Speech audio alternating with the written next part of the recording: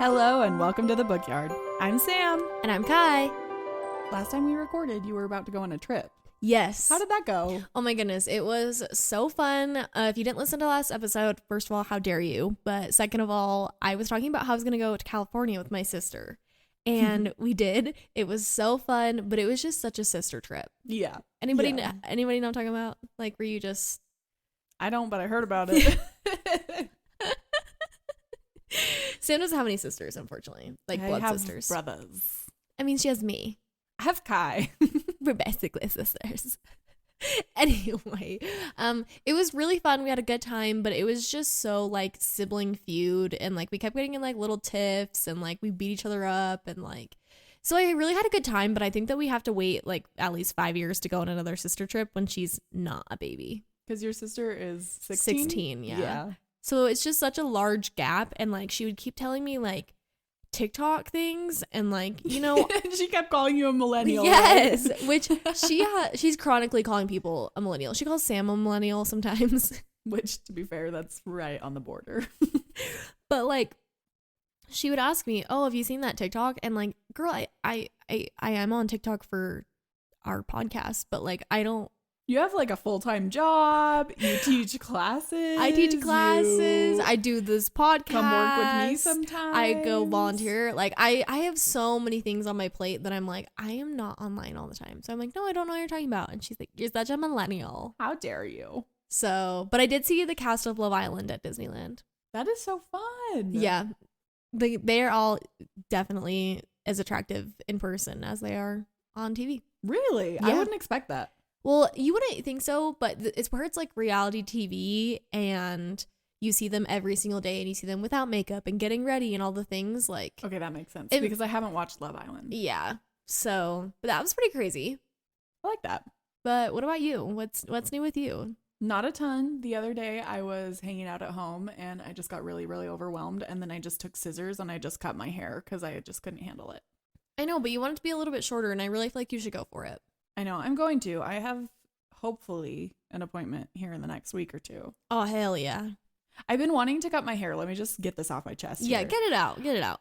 I've been wanting to cut my hair for years. Literal years. And every few months I just get frustrated and I like take scissors to it and trim it. And that's like kind of the an way inch. it goes. But every single time I would go to my like hairdresser lady who I'd had for like since I was a kid. Yeah. She was like really good friends with my mom, and I would go and tell her like, hey, I really am looking for a change. I really want to cut my hair. I want to make sure it's not this way. Yeah. And every single time she would be like, oh, no, you can't cut your hair. It's just so beautiful. Like, you just can't cut it. Like, she literally wouldn't let Sam cut it. She like refused to cut my hair. So every time I would go in, I would just be like, can you please cut my hair? And she'd be like, oh my gosh. And she'd say yes. And then I'd come out and it would be like the same length.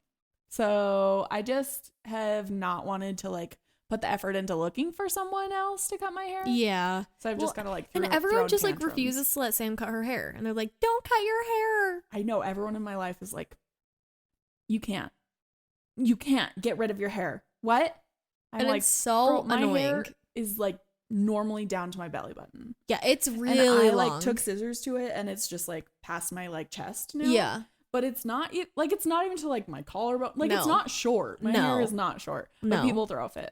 So anyway, that's kind of where I'm at right now. We're in the hair moment, which I get in every few months. But yeah, it's fine. I hope in the next couple episodes you'll come in and be like, I cut my hair. And we'll be like, yay. And then we'll play like, y'all ready for this? Dun, dun, dun. And then like it's like a that'd be fun breakdown moment. Yeah, that'd be cool. We'll have to find like a weird music that we're allowed to like play. Absolutely. It's like an off-brand celebration music. One of my favorite things is I come up with these like fun sound effect things, and I always make Sam just do it. I'm like, we should do this, and then I just make her do it. It's so fun. I genuinely have the best time with it. So I love it. Okay, today we're going to jump into a few different things. We aren't going to like deep dive into a book or anything crazy, but we wanted to do a very fun follow-up on our Pitch a Book. Yes, yeah. If you haven't listened to our original Pitch a Book episode, go back and listen to episode 5 and then come on back. Yes, because we are going to talk about those books a little bit and just kind of, now that we've each read them, now we get to have a fun conversation about it, which is super fun. Yes. And then afterwards, we're going to go over a tiny little theory that we have. Oh, yes. Scientific theory time. And it's going to be so fun. Yeah. So jump on in. But Okay. go listen to that before. Please. Anyway, your pitch a book this last time was The Grace Year by Yes. Kim Liggett, I believe. I read this 2 weeks ago, maybe? Yeah, like 2 weeks ago. Yeah. It actually was great. Like, I genuinely was so surprised. It is definitely part of this, like, Handmaid's Tale genre, which I think is its own genre. Absolutely. I haven't been able to find, like, an established term for it. But in my brain, it's, like, speculative, feminist, dystopian. Yes. Honestly, leave a comment. Let us know if you'd like an episode reviewing books like that, because maybe we just need to do a whole episode on it. Absolutely, because I love them. Genuinely, they're some of my favorite books to read. 100%. They make you think. They're like so tuned into like actual issues that happen. Absolutely. And they portray them in ways that just like makes you understand like what's happening, which is so cool. Yeah, so let us know if you'd be into that. Yeah, because I would be. Honestly, maybe we'll just do it anyway. But yeah, honestly, even if you're not. even if you're not, in 5 episodes, it's going to be here. It's going to probably be here. Anyway, I'm so glad you liked it. Yeah, I really loved it. Like, I thought that the characters were really nice and well rounded out. Yes. I thought that it was super interesting. I thought, so Tyranny is the main character, right? So I thought that she was so smart. Absolutely. She kind of like withheld her own, like, she wanted to be very logical about things, which I thought was very nice. Because sometimes you get FMCs who are just like completely delusional from the get-go and just like have no idea what's going on. But she definitely was like trying to keep her calm in the midst of this big situation where everyone else was just like, no, we're fully embracing this. Right. This crazy scenario. Yeah. Absolutely. Yeah. Well, one of my favorite parts, I think, was that Tyranny was able to like watch these other girls go through this experience. And regardless of whether they were like on her side or on Kirsten's side, the other girl who was just like evil, completely evil and delusional and whatever, there's this part where Tyranny and Kirsten have this conversation. Right. And Kirsten's like, we have to do this. Like, this is the only way that we're going to get through this. This is the way we do this. And Tyranny understands that Kirsten is trying to survive in this world that is completely against them. Right. In her own way. And I thought it was really interesting because Kirsten is literally like, at some point she's going to like, she's trying to kill her. Absolutely. At some point. Yeah. Like, she's genuinely going crazy. But Tyranny understands that this isn't just because Kirsten wants to be like a crazy bitch. Right. It's because of this dystopian society that they're living in that they pit women against one another. Yeah. And I was like, girl, I get it. Yeah. And those are my favorite books where the villain, you really get it. We talked about this a little bit in The Night and the Moth, one of our recent episodes. And it just, oh my goodness. I love when you can understand a villain and you're like, okay, I get it. Like for Kirsten, you're right. She wasn't just trying to be this crazy bitch. She was like, this is what we have to do to survive. And we have to like be able to be as absolutely insane as we can for the next year because for the rest of my life, I have to fit certain like societal norms. Yeah. So if I have to absolutely lose my shit for a year, I'm going to. Yeah. Quick question. Did you feel like this was futuristic or did you think this was past time? I honestly thought it could fit into either, which was interesting. Yeah. I thought that was one of the cool parts about it.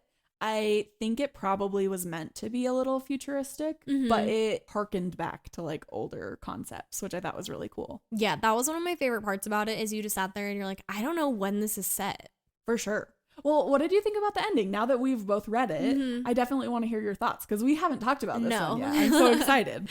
I thought it was insane that her mom was in on everything. For sure. And I did not see that coming. Did you? You always see things coming. So I definitely saw like her dad situation coming a little bit because she just, I don't know. I thought her mom's comment was very intriguing at the beginning. And I was like, I wonder if there's more to that. But I definitely didn't connect at all. Yeah. So like at the beginning, her mom tells her, she's like, Tyranny, I have like literally never met anyone like you. You like look around you and observe everything without seeing it for what it is. You just like genuinely have no idea what the fuck is going on.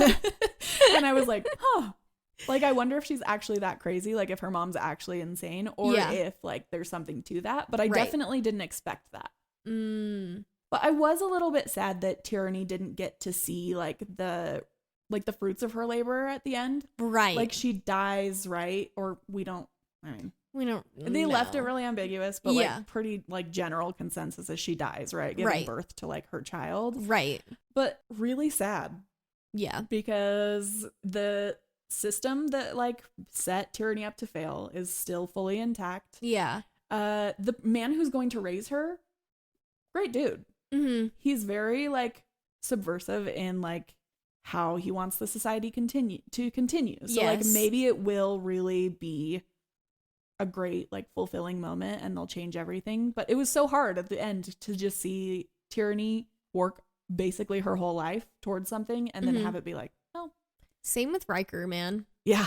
Like, and so sad. Yeah, that was devastating. I was working, and I don't know if you guys are familiar with Microsoft Teams, but it's how a lot of like businesses and big corporations communicate with one another. And me and Sam still work for the same organization, so we can still Teams each other throughout the day. Which we do almost Obviously. every day that we're there. Sometimes when I forget that she's not there and I'll Teams her, and sometimes she'll forget I'm not there and we'll Teams each other still. Yeah. Even though we have each other's numbers. Doesn't matter. But I was sitting there at work and I get in all caps, "Why didn't you tell me?" And I was like, oh shit, what did I not tell Sam? What did I not tell her? Because sometimes I'm like, well, I think we were mid conversation and Yes. I had physically read most of this book, but then I had a day at work that was really light meeting wise, but I had a lot of organization stuff to do. Mhm. So I put it in my headphones and finished it on audio. oh, okay. So I like was finishing it as we were having like a different conversation on Yeah. Teams and Riker dies. And I was like, that bitch. She didn't tell me. But I I'm also like, didn't oh, tell you good. that Riker was a character at all. That's true. It was also a pitch a book. So like you really didn't tell me a lot about it because that would have ruined the pitch a book. But my heart genuinely dropped. I was like, oh my gosh, what did I forget What to did tell I her? forget to tell her? Because you know what? What did I do? That absolutely could happen. And you know, No, for I have sure. the worst text anxiety on the planet. Absolutely. Did it feel like you were going through the TSA? I just am wondering. Like, Oh, I don't get anxiety going through TSA. I absolutely do. I don't know how other people are calm. I'm always just like, No, I really don't give a damn. They could literally like pat me down, check my butt, and I'd be like, I'm good. I'm fine. No, they could look at me slightly sad and I'd be like, oh my gosh. I'm the worst person to ever go to an airport. I think I always just kind of like want one of the dogs to like bark and say that I have drugs, and then I don't, and maybe like, ah, ah, ah, ah. Shows you, stupid. Absolutely. Anyway, but the fear that struck me, I was like, oh my gosh, what did I forget to tell Sam? Because honestly, that kind of crap happens a lot where I forget things. So Yeah. But it definitely was about the grace year.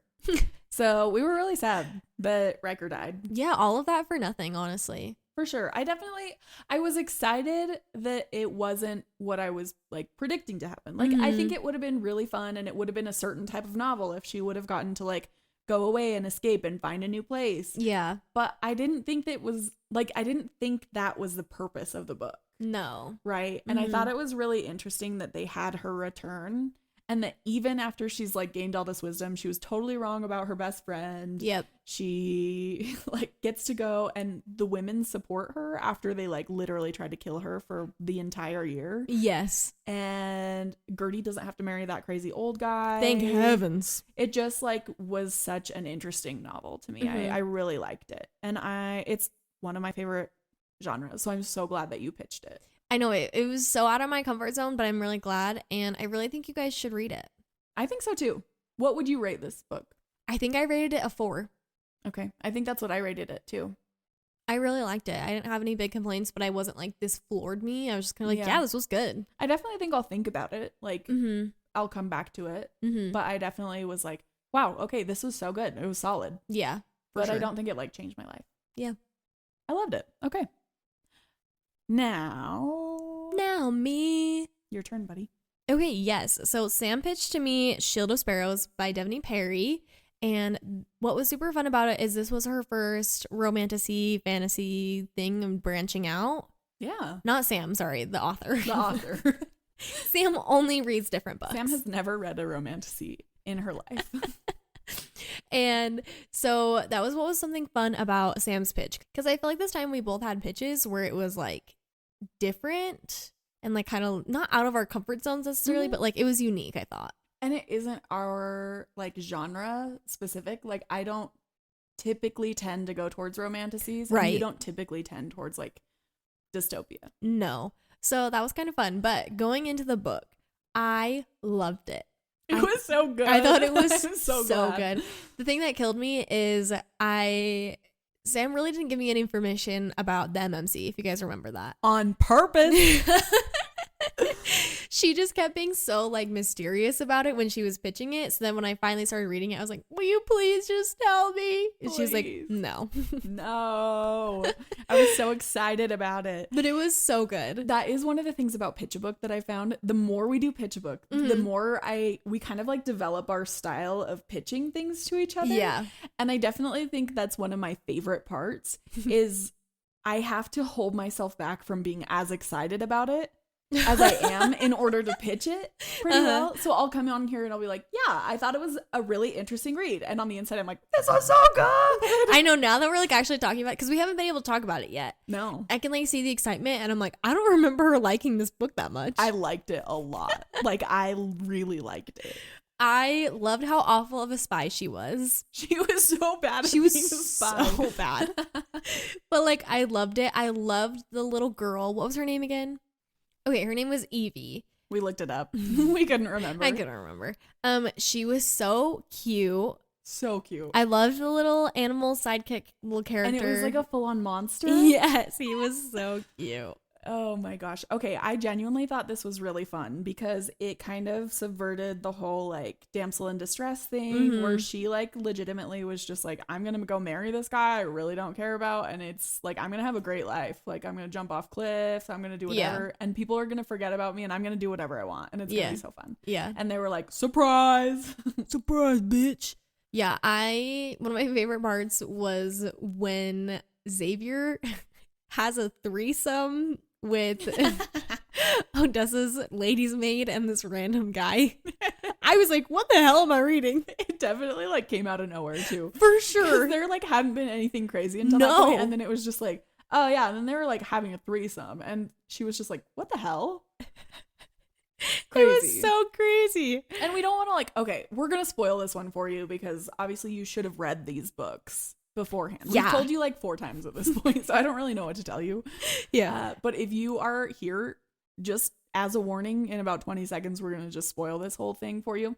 But I love that she then finds out afterwards that he's not actually who she's married to. Because at first she's like, well, I guess if that's what he needs to make him happy. Like she is trying so hard to be like supportive and just being like, well, I don't have to love it. Like I'm just here because I was forced to be here, you know? But like if my husband needs that to be happy, great. And everyone was just like, well, by everyone, I mean the readers, as in me. I was just like, me as well. Honey, you gotta be a little dense to think this is what's happening. But okay. Yeah. I don't know. It definitely was super interesting. I thought all of the like relationships and how everybody connected. And I feel like by the end, I was kind of like, I have no idea who to trust because I was like, what is going on? I definitely thought it was a very fun moment at the end because you have a where's my wife moment, which I thought was so fun. I love a where's my wife. But they totally knew that she was leaving, right? So it's like he knows, so he needs to go and like track her down. But I do think it's like going to be a very fun opportunity to get to know them better. Yeah. And I think it will be really interesting to see like what happens with her dad because obviously her dad is like in a weird position. Right. And the last little part of the book, even though he's kind of like not been honest with her whole life, she's like, well, I'm going to go see my dad and see if he'll like figure out this issue. Right. And you're a little bit like, I don't know that your dad's helpful. going to be super helpful. Yeah, no, it definitely was a moment where I was like, you are a little delusional still. For sure. I would not go back to my dad. No, absolutely not. I mean, we know my track record, but track record with going back to dads is not going to happen. That's totally okay. This is just not in the cards for you right now. No, anyway, but this book really had some really fun tropes, but not in a way that I felt like she picked 1,000 off of a list. A silver elite. Absolutely. I loved that she had the fun evil stepmother moment. Mhm. I thought it was fun just because it wasn't that serious. It was Yeah. just like she wasn't actually abusive. She just thought your hair was ugly. And it Yeah, which reminded was her so of her weird. husband's ex. And I Yeah. was just like, okay, girl, Okay, girl. you do you. Like, she's just Queen Petty. And you're like, For okay. sure. I have to mention that I fucking hate the name Ransom. Yeah, That is we the have had worst the name. weirdest like group of books that we've read recently where the MMCs are just named random violent words. Like, it's We've weird. read a ransom, we've read an arson, we've read it's just why? Should I write a book and the main guy's name is murder? You should, because apparently that's what we're going for now. It's just like, oh, what's sexy and like bad? Not Ransom. Not ransom. Well, and it was so Not confusing because his arson. dad's name was Ramsey. Yes. So I kept getting confused on who we were talking about. He'd I was be like, wait. King Ramsey, ransom, what's going on? And you were like, I was like, wait. why? Why? It was terrible. I hated the name so much. I honestly, let's just go back to The Guardian. Yeah, The Guardian was way better. Way better. I would have absolutely called him that. Me too. In bed. In bed. Perfect. On that note, it was a really good book. What did you rate that one? I rated that one a 4 as well, I think. So did I. I think I love it. rated it a 4.25 on Storygraph, Storygraph. though. Okay, yeah. I can't remember what I rated it there, but it was pretty good. I'm really excited for the second one. Yeah, I'd be very interested to see in the second one if she goes for a multiple POV. I would be really interested to see that too. I think it could totally work because of the separation. Mm-hmm. And I think a lot of people are doing that now. Yeah, a lot of authors go for that, where the first book is just one point of view, and then the second is a double, because commonly in these romantic-y type books, the first book, they kind of get together, whatever, and then at the end they get separated. And Yep. then the second book is about them coming together. I'm also interested to see, because they didn't say specifically that this was a duology, so I'm assuming it's going to be a trilogy. Yeah, I'm very interested to see how many of these there are. Right. Can you imagine there's like 8? Oh my gosh. That would be insane. That would be insane, but honestly, I'd read them. I would do. I really liked it. So I thought the book was great. I would highly recommend it. Even though the name was terrible, the MMC was pretty hot. Yeah. Like pretty good. Even though he like had some like evil in him. He had some like weird powers that were kind of like creepy but cool. Like he could jump like 30 feet off of like a tree house, and you were just like, oh. Yeah, I think it's just the daddy issues in me were like broken men. I'm just like, yeah. I don't know. I thought it was hot. Okay. Let's jump over to our second topic, because we kind of have already gone over a lot of those books and everything. And I want to jump into this because I've been so excited to talk about this. Yes, this is something that me and Sam like came up with for genuinely the first series that we read together. Yeah. And it's just kind of stuck with us. It's a little inside joke. And we've been trying to figure out how we wanted to integrate it into this podcast ever since we started. Yeah, because this is in our vocabulary all the time. Like this is something we refer to constantly. So this has been one of Kai and I's hyperfixations for like over a year. Yeah. This is like a trope fixation, basically. It's when your main characters, men or women, have a little side hobby that exists mostly outside of the scope of the story. So it's not like their main thing. Right. It's like a little hobby that just is something interesting about them. Yeah. So we call this trope the fiddle. Yes. Do you want to explain where that came from and what we like mean by it? Absolutely. So like I said a little bit like 2 seconds ago, it came from the first series that we read together. And if you guys are OGs and you know our origin stories, we read Akhtar together for the first time. Yep. That is how me and Sam created our book relationship, how it flourished. But how it started is we were reading Akhtar, and you know, obviously there is the scene where Tamlin starts playing the fiddle. Absolutely. And Kai hated it. I hated it. I thought that was awful. And so many people online I've seen hated that scene. I didn't have a strong reaction to it. I was like, okay, Well, cool, because girl. you know, he's supposed to be this hot guy who has this mask on his face, who's blonde, and he's just like going to town on this fiddle. You know? Yeah, And Faye was just like, and like dancing around. absolutely. I hated it. It was her reaction to the fiddle, I think, that made me pause, because it wasn't like, I don't think I've ever heard a fiddle and thought like, I'm going to just like dance around and everything. Yeah. I've heard fiddles and been like, wow, that's really cool. Like Yeah. talented dude or whatever. Yeah. But I've never like been like, ah, yes, Yeah. I'm gonna just dance. Yeah, it was so bad. So then anytime somebody had something niche like that, where it was like a random side thing that had nothing to do with the plot, we just started calling it their fiddle. Yes. To the point that I forgot that that's where it even came from. No, and sometimes I will refer to that in like conversations with other people on accident. I'll be like, yeah, what's the fiddle? And they'll be like, what? But it's just become like a blanket term for someone who has like a random hobby that's not really related to the plot. No. Like, why did Tamlin have to play a fiddle? He could have done anything. Maybe a harp? I don't know. I was reading online because I was trying to get other takes on this. And a lot of people were like, I didn't have an issue with the fiddle because I assumed the spring court was kind of like Celtic based. which I was like, that's super interesting because I didn't see like a ton of cultural aspects in other like courts. Yeah, no. I didn't think it was that well thought out. No. But a lot of them were like, it just kind of associated that like Celtic feeling to me. And I was like, I didn't get that, but like, I'm glad that someone did. I'm glad that felt good for you guys because that was not it for me. Absolutely. We have noticed. So Sarah J. Maas does this a lot. Yes. So this was one of the ones, because obviously we kind of started reading together at that point, that we noticed them a lot more after Tamlin when we came up with this thing. And we have like a full list of Sarah J. Maas characters who have little fiddles. Yeah. Before you jump into their fiddles, I do want to just really distinguish what a fiddle is and what a fiddle isn't. Yes. We were talking about this a little bit earlier, but a fiddle, like we said, is not integral to like the main plot of the story. Yes. What a fiddle isn't is like Peeta in the Hunger Games being able to paint. Like that. Right. That was cool and like that was a hobby, but it also was very integral to the main plot of the story and like helped him survive in the first book. Absolutely. And like something to show the game makers. Like that is not a fiddle. Right. Or Katniss hunting. It could be a hobby for someone else, but it was the only way she survived. Like this developed her into the character we know. Right. But with Tamlin, he could or could not have played the fiddle and it wouldn't have made a difference to the story whatsoever. Yeah. That's totally true. And all of these characters could have, like with minor adjustments, had a different hobby and it wouldn't have changed anything for them. Right. So, okay, now go into our Sarah J. Maas list here. So Feyre paints.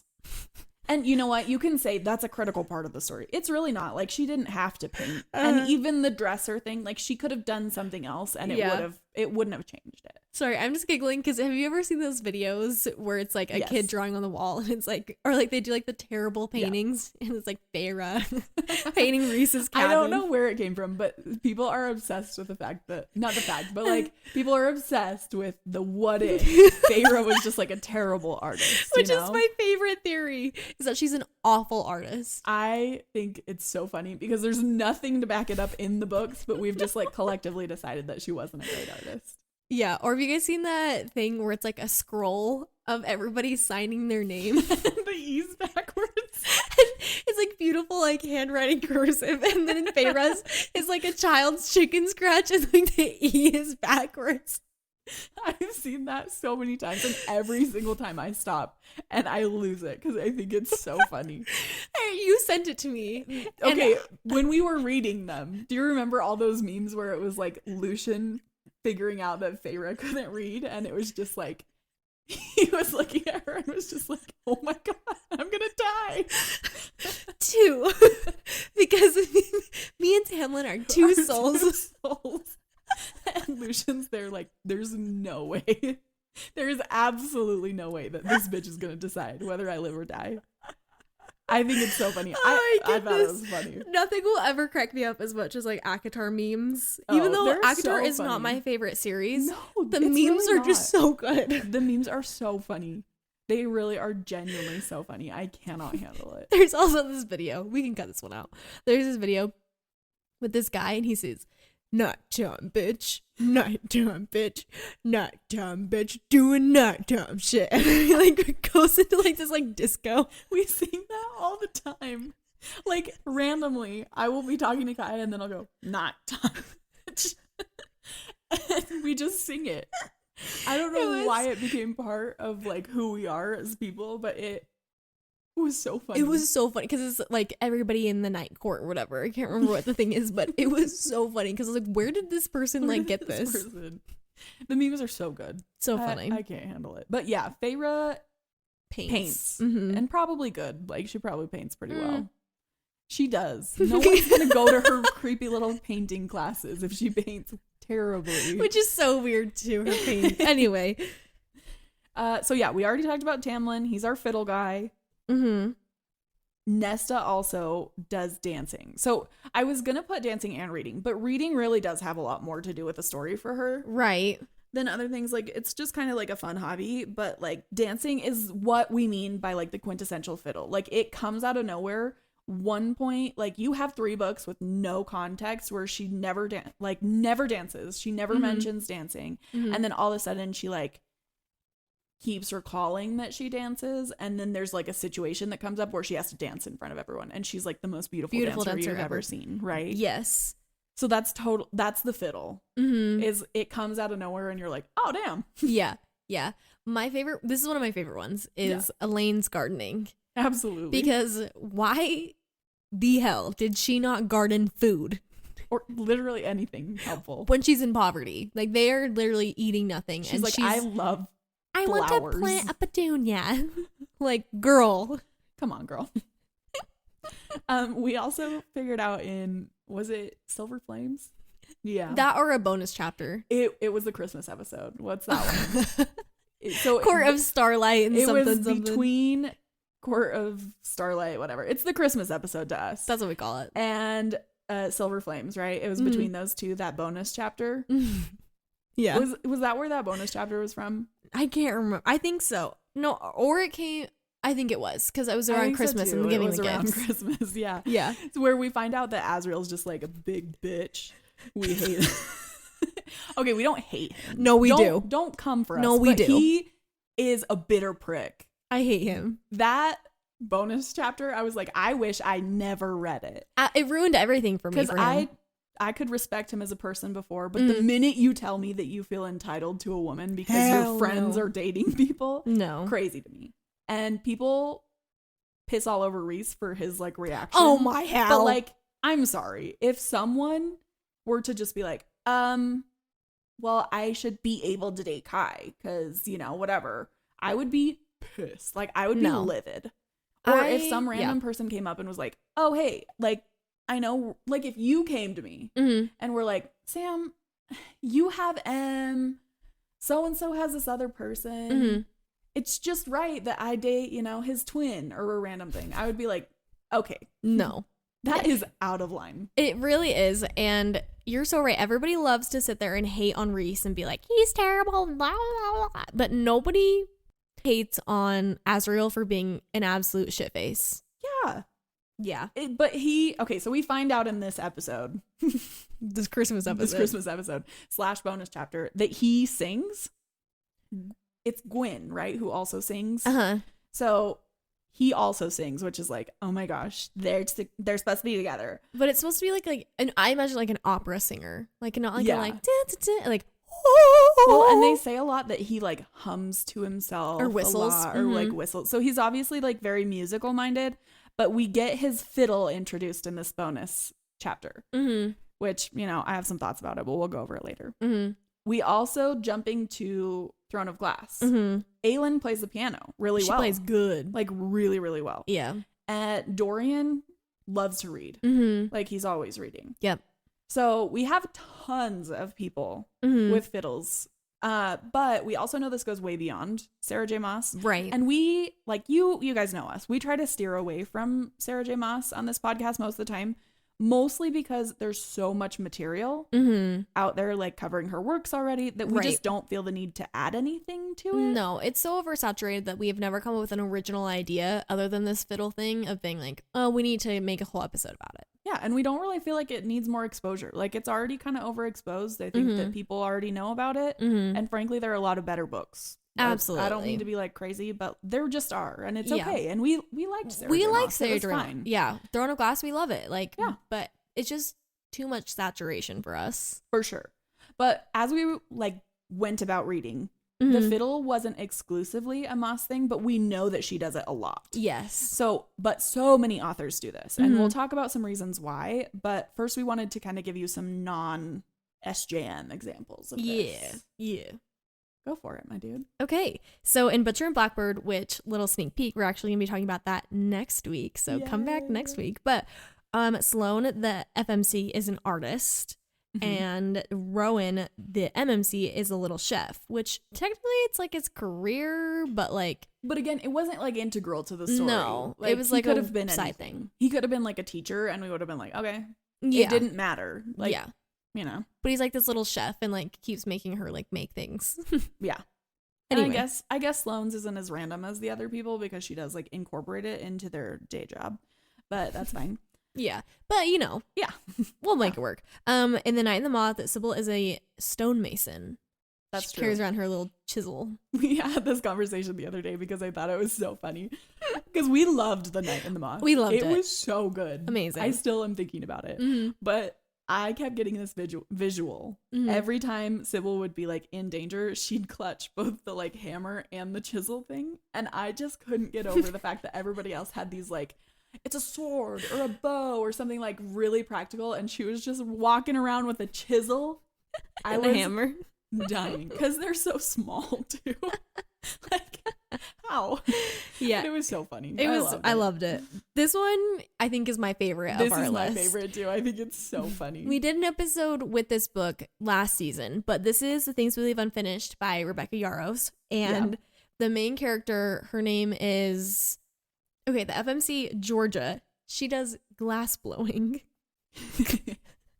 Well, okay, and the funniest part about Georgia's thing specifically is that she is like a badass, right? Like she single-handedly like made her husband's company profitable, like did all these things. Yeah. But she has this like background hobby backstory that she's a glass artist.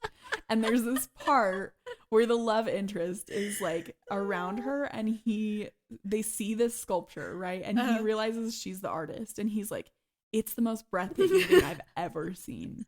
And she's like, oh my gosh. And she's just obviously like so into him because she has a praise kink or something cool. Yeah, but he's hot too. But he's hot, which, you know, makes obviously a difference there. But the glass blowing really got to us. It was so funny. That's definitely the oddest fiddle that we have on our list here. And a lot of them are like art and music related. But moving on, the Wolf King, Blake. Which we loved. Yes, we love that one. Blake, he likes to read romance. Yes. There's just that little part that like gives us a clue. And it's not like super max fiddle, but at one point I think she has like a romance book and he's like, hey, that's mine. Hey, that's mine. Stop. Which, so fun. What a fun hobby. It really is fun. I love that. I get it. Alone with You in the Ether. Aldo does this like compulsive, he like calculates time travel with like bees and stuff, but it's definitely like not his day job, but it's a very like hyper focused like part of his personality there. And then Reagan is like, I mean, she's supposed to be an artist, right? But she like has channeled that into other like more devious things. But she definitely still has a talent. Yes. Yeah. And you know what? That could be like an integral part of her story. It totally probably is. But it wasn't like the main focus of the book itself. Right. Well, you know what? This is our theory. We make the rules. Yeah. Yeah. True. And then we also talked about this last season, The Love That Split the World. This is another one of my favorites. This one is so fun. This is actually Emily Henry, which I thought was so fun because Emily Henry doesn't typically give fiddles most of the time. Like in her normal, like, I'm going to say like modern day because they're coming out now. Right. She doesn't really give a ton of fiddles to her characters because they're already pretty human and everything. Right. But in The Love That Split the World, Natalie, the FMC, dances and Bo plays the piano. The reason I'm giggling is so funny because he finds out that she dances and to like make her, I think it's like to relieve stress or to like get her mind thinking or something like that. He's like, we'll dance. And she's like, I'm too embarrassed. So he's like, just close your eyes. So she like closes her eyes and just starts dancing around. He's just like, like, yeah. And I think he's supposed to close his eyes too. Like, I think they're both closing their eyes and she's just like full on grooving and he's piano playing, which is so fun. I thought it was I hilarious. thought that was so fun. I don't know. I love this theory. I think it's so fun. I love talking about fiddles, and honestly, I need a fiddle. Do you have a fiddle? I don't know. I mean, I guess reading could be my fiddle, but if this is Nah. a story about us reading, that can't be a fiddle. You do like to cook, and you're pretty good at it. I am pretty good at I've had cooking. some mean quesadillas from Sam. That is a terrible example. But yes. You do dance. You I are do. Nesta, but in like a more seductive way, you know? Yes, but like also like I've been doing that since I was 3, so I don't really know what that's like. That's a fiddle. How the hell do you think Tamla got so good at it? He was fiddling when he was 3. I'm sorry, guys. But Sam really is a good cook. I'm sorry to insult you with the quesadilla thing. You just make really good quesadillas. Every time I come over, I'm like, can I have a quesadilla? Can I have a quesadilla? We're out of tortillas right now, Dang which it. is so sad. What am I supposed to eat? That was my first thought last night. We had quesadillas, not quesadillas, but we had tortillas with something. Mhm. And I was like, what's Kai gonna eat? She's coming over tomorrow. So that was kind of embarrassing. But. Dang it. Anyway, so those are my thoughts on the fiddle. Okay, I love it. So I've been thinking a lot about the purpose of this, Mhm. right? Like we're getting to the end of this episode, but I know there's a purpose when multiple authors do something like this. Mhm. We always know there's a purpose. So it's Right. a literary device in world building as like an author, and I've taken a lot of writing classes. They tell you to flesh out your characters, Right. You want them to be full people. So, I mean, you give them hobbies, you give them fun things like that. Mhm. And I don't think there's anything wrong with that. I think they're kind of fun though. Yeah. Right? Yeah. And I also think it's kind of funny to like throw it in after you've had so much like context of other things. Like Right. after you already kind of know this person. Mhm. I think it's a fine line between adding a hobby just because you want like a certain scene Yeah. or like adding a hobby that actually rounds your character out as a person. Mhm. And I don't think that like any of these examples necessarily are like bad writing. Right. But I do think they're kind of funny and it's something that we talk about all the time. But as we were like going down our list and everything, I have noticed that the characters who most often have these like hobbies Mhm. are either like the FMC Mhm. or characters that really, really need humanizing. Yeah. Like we get a lot of morally gray people who Mhm. have like a cute little hobby. And I think that's kind of why we see the fiddle so often with main character FMCs and their love interests. For women specifically, I feel like for some reason authors continually need like they feel the need to humanize women Yeah. because I don't know why. Like I don't know I really either. don't know why. But like if you have a very strong FMC, I can guarantee you the author is going to be tempted to give them a cute little hobby. Yeah, which I feel like it's unnecessary. Which like if I am training and am like a super awesome fighter and can wield a sword Mhm. and am also a princess, when am I supposed to develop that hobby? And why does it have to be something that's other than that? Right. Why can't I just be good at like holding a sword or something crazy? Yeah. So I do feel like that is one that we see a lot. We also see it a lot with like morally gray men. Mhm. I actually was researching a lot of this morning because I was just like, I know that someone else has noticed this. Like I Right. know it has to be. But I found this one obviously on Reddit Of course. because no matter where I start, Reddit like ends up being the like end game there. Mhm. But this was by number 9 Robotic on the world building sub. Okay, hey. So he's talking about, or she, girlfriend, talking about showing villains doing things like on their downtime. Mhm. They're like, I think it's really fun when people do that in writing. Where Right. like you have this purely evil person, but then you get like a sidebar where they're doing something completely unrelated. Like cooking. Yeah. Yeah. So he said, TV Tropes calls this the villains out shopping phenomenon. Basically, any display of a bad guy being shown taking a break from evil doing to engage in harmless, mundane activities. It can be a funny moment.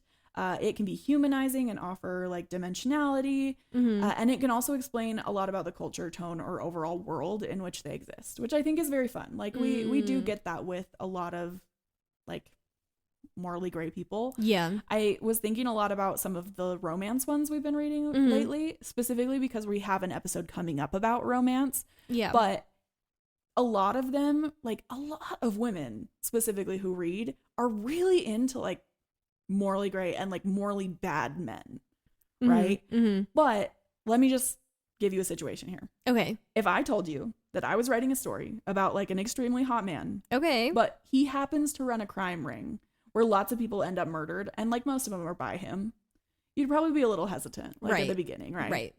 But if I told you that he like uses half of his income like from those murders to run like a homeless shelter and soup kitchen, and that when he goes to volunteer there every Thursday, there's this cute kid, Tommy, and Tommy comes and like sits next to him, and Tommy's like really sweet with him, and the guy's really nice to him, it kind of humanizes him a little bit, which like maybe it shouldn't.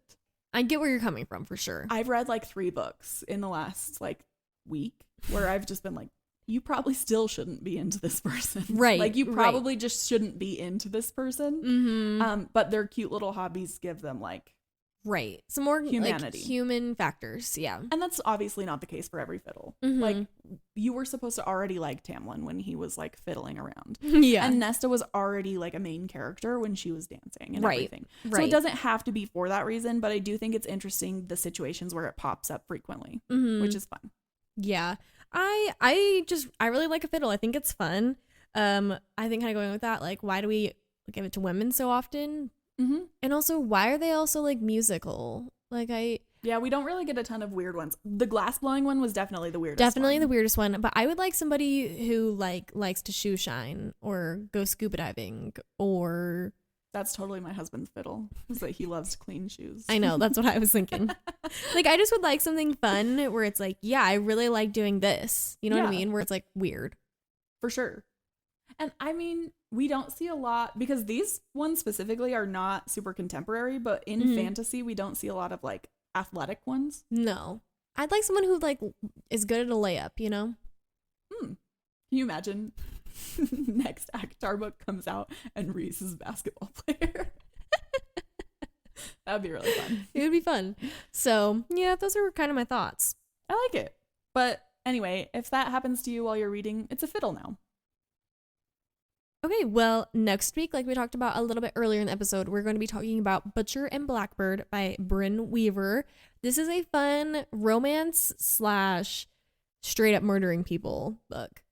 Yeah, it was a little crazy. It was super crazy, so we're excited to talk about it, lots of different elements, and we hope that you come back for it. Please do.